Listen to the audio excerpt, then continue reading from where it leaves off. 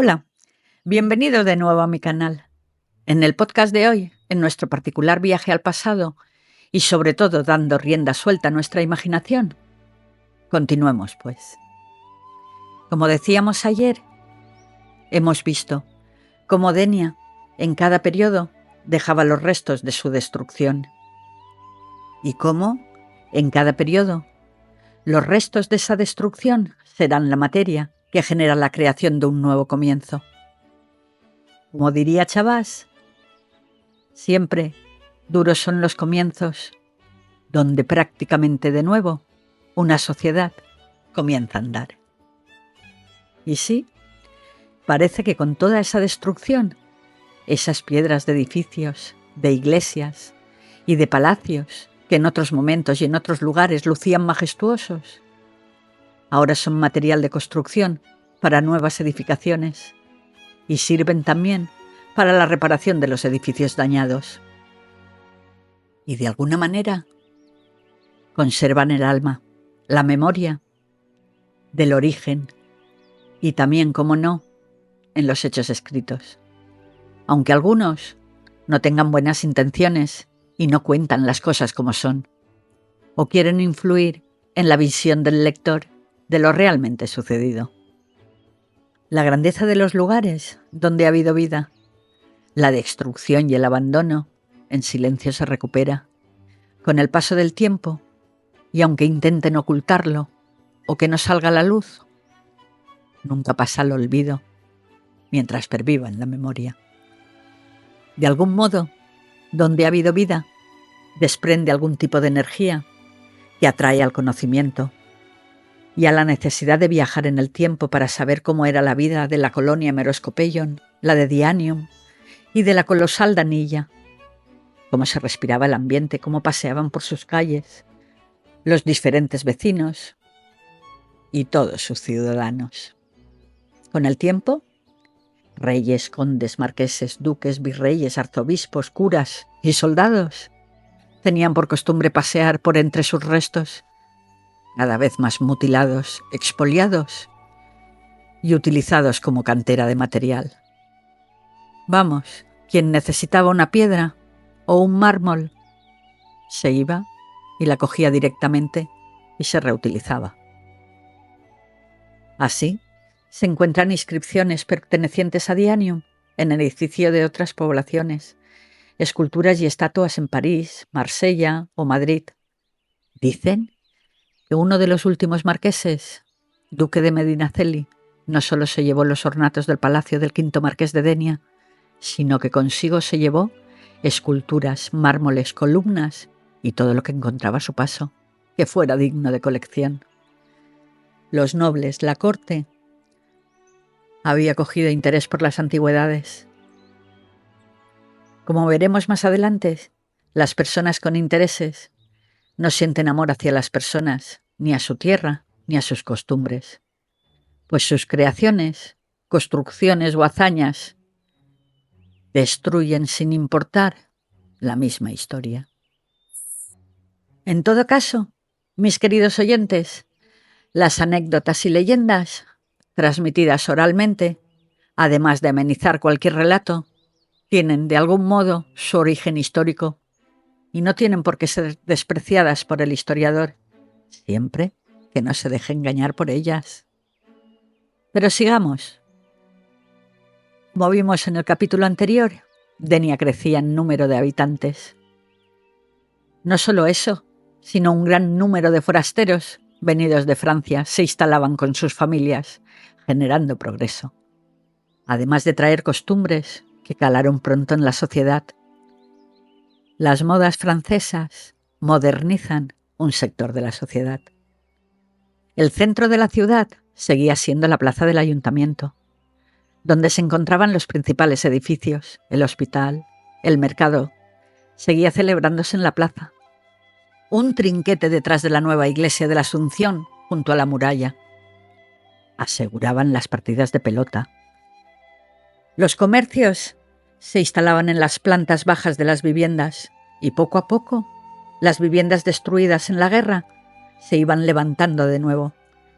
La calle mayor se recupera así como el eje de la calle Loreto, con sus comercios, la calle San José, Cavallers, Cop, con sus huertos y cultivos en el interior de las murallas. El comercio, o mejor, la riqueza que ofrece el comercio, favorece una nueva clase social que poco a poco irá entrando progresivamente en los estamentos políticos y de la corte. La burguesía se abría paso al tiempo que adquiere poder y tierras. El comercio era mayoritariamente generado por comerciantes venidos de fuera, que se asentaban, y para mantener estas relaciones con otros países, crecen en número los consulados para favorecer el comercio. Desde 1744 existe el consulado de Génova. En 1764 es nombrado vicecónsul de Holanda José Contrí. En 1765 el consulado de Malta e Inglaterra, y en 1782 el de Cerdeña. Pero la imagen visual que presentaba Denia hacia 1750 era de ruina. Se hacían llamamientos y se sumaban presupuestos para reparar murallas. Las puertas de tierra y del mar no tenían unas puertas que cerraban en condiciones. Eran viejos maderos que a duras penas se mantenían unidos. El edificio del ayuntamiento seguía ocupado por las tropas y presentaba un estado de decadencia. El puerto y su entorno presentaba dejadez. El pont de fusta casi ni se mantenía en pie. Puros tablones inseguros. Era el puente de atraque. Aguas estancadas y lodazales por doquier, que favorecían sistemáticamente la aparición de fiebres tercianas. Sí, Denia y sus vecinos se recuperaban, pero un halo de destrucción, abandono y dejadez rodeaban la ciudad. Desde la construcción de la iglesia de la Asunción y el abandono y la destrucción de la Vila Bella, Denia se había quedado sin cementerio.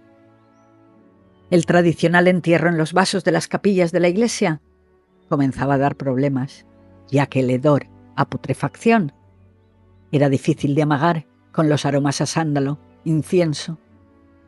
Ya se hacían insostenibles la celebración de misas, teniendo que tomar cartas en el asunto, donde el clero y el ayuntamiento tienen que poner remedio y buscar un nuevo camposanto, mientras se utilizan terrenos cercanos al convento de franciscanos y la iglesia de San Antonio. El empeño de los ciudadanos era crecer, y parecía que los deseos de la ciudad estaban reñidos con los de la corona y los del marqués. Y estas tensas relaciones no tenían otro fondo que el dinero. Al marqués se le exigía que mantuviera el puerto y el marquesado en condiciones, que pagara de las rentas que recibía de sus vasallos. Además, se acababan de vivir unos años de sequía que en 1763 se transformaron en lluvias torrenciales e intensas. Sin tregua, permaneció días y días lloviendo sin parar. El Saladar completamente inundado, y los ciudadanos veían cómo se iban inundando al punto que no pudieron hacer nada y murió ahogado todo el ganado. Cosechas ese año y el siguiente no se pudieron plantar, con lo que favoreció el aumento y el precio y sobre todo el pillaje. Ante esto, el pueblo y los vasallos no podían pagar las rentas y el marqués no acometía las mejoras ni las reformas necesarias. En 1768 muere el 12º marqués de Denia, Luis Fernández de Córdoba y Espinola, 11º duque de Medinaceli. Heredando los títulos, Pedro Alcántara de Fernández, como 13º marqués de Denia y 12º duque de Medinaceli. Ejercerá el cargo de gentilhombre de Carlos III, y además Carlos III le otorga el Toisón de Oro y la Real Cruz de la Orden de Carlos III. El duque de Medinaceli ante todos sus cargos y propiedades, le quedaba un tanto tedioso y lejano el marquesado de Denia. El edificio del ayuntamiento, ocupado por las tropas, se modifica, instalando una nueva puerta con salida directa al castillo, donde se construye una cocina para abastecer a la tropa. Pero algo importante sí se realizó en aquel momento para la sociedad. La ciudad de Denia fue de las primeras en apostar por la obligatoriedad de la educación, no solo de los niños, sino de las niñas. Y esto llevó a la contratación de una maestra municipal. En 1771, Denia veía cómo se instauraba la enseñanza entre los niños. El analfabetismo y la ignorancia era la norma habitual de la sociedad española y en mayor parte de las mujeres. Solo las mujeres pertenecientes a la nobleza o a la nueva burguesía podían permitirse pagar institutrices para la educación. Así que Denia podía presumir que entre sus ciudadanos no habría más analfabetismo. Las normas eran claras.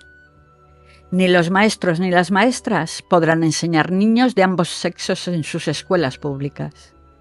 Además, el sueldo también venía establecido desde Castilla, cobrando la maestra la mitad por el mismo servicio que el maestro.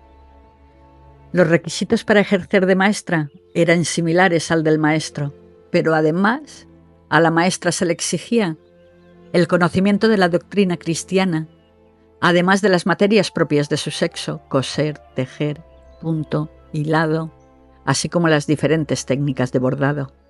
Era importante saber bordar para plasmar el nombre del esposo en el ajuar que aportaba la esposa al matrimonio.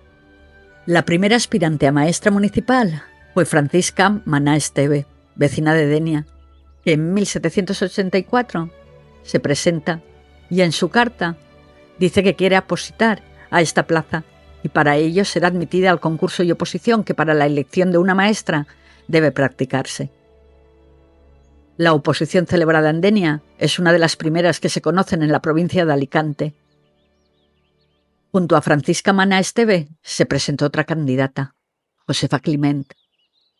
Pero el que rellenó la instancia para presentarse fue su padre, Pedro Juan Climent, el maestro barbero de Denia. El barbero no escatimaba en elogios hacia su hija y hablaba de sus méritos para ser maestra. Decía que no había sido procesada, ni castigada, ni apercibida o amonestada por la justicia, ni por el santo tribunal de la Inquisición, y que su hija estaba dispuesta a ser examinada de todas aquellas labores que supiera hacer y fueren precisos. Finalmente, se le otorga la plaza de maestra municipal a Josefa Climent. El maestro barbero veía su sueño cumplido. Pero 3 años después, en julio de 1787, una comisión formada por el ayuntamiento tuvo que averiguar por qué la escuela municipal no tenía alumnas. ¿Qué estaba ocurriendo que las niñas habían dejado la escuela municipal y se habían inscrito en una escuela particular? Pues ante las investigaciones realizadas por los jurados, el problema era que la maestra sabía bordar, coser, hilar, tejer, pero no sabía leer ni escribir lo suficiente como para ejercer de maestra.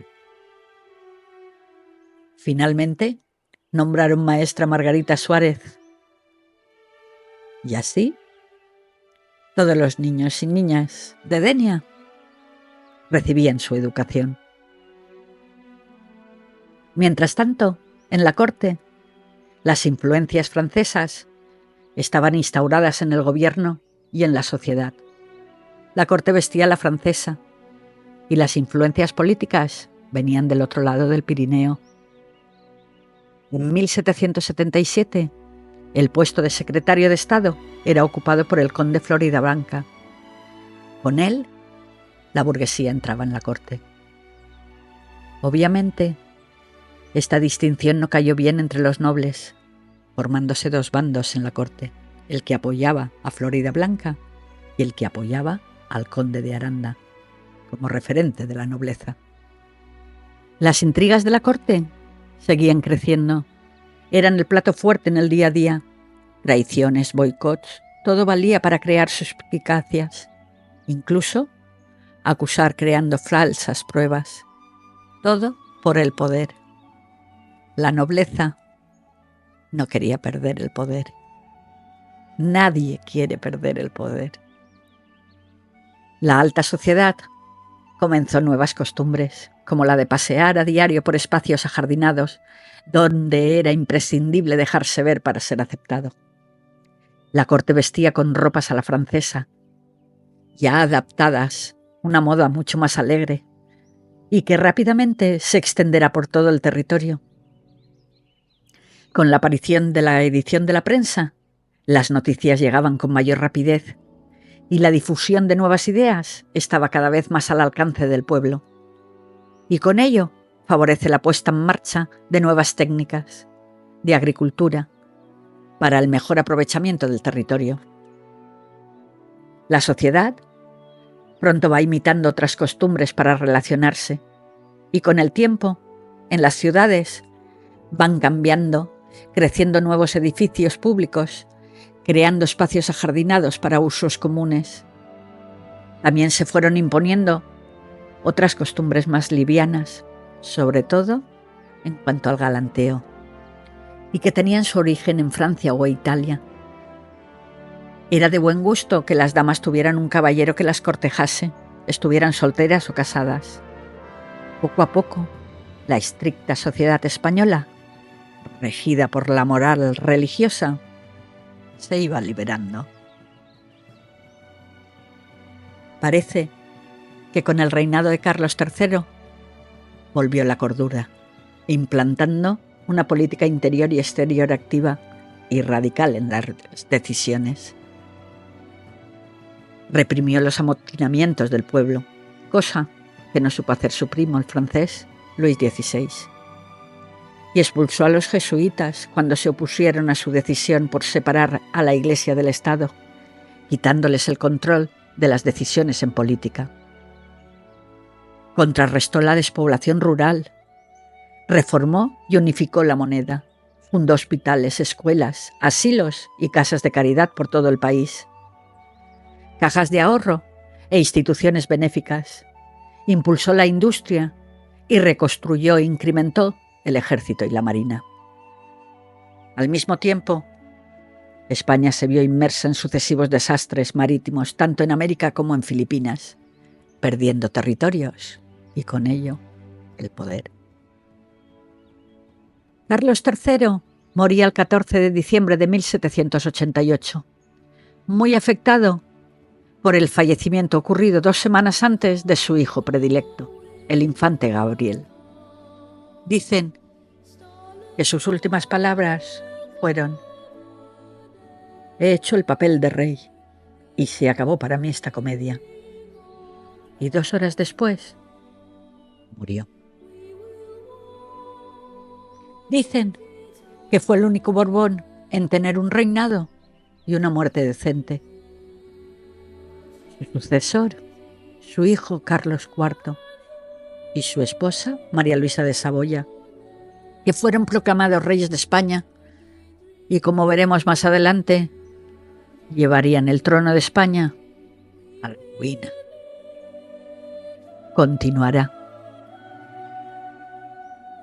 Si les ha gustado, no olviden suscribirse a mi canal. Muchas gracias por seguirme. Hasta pronto.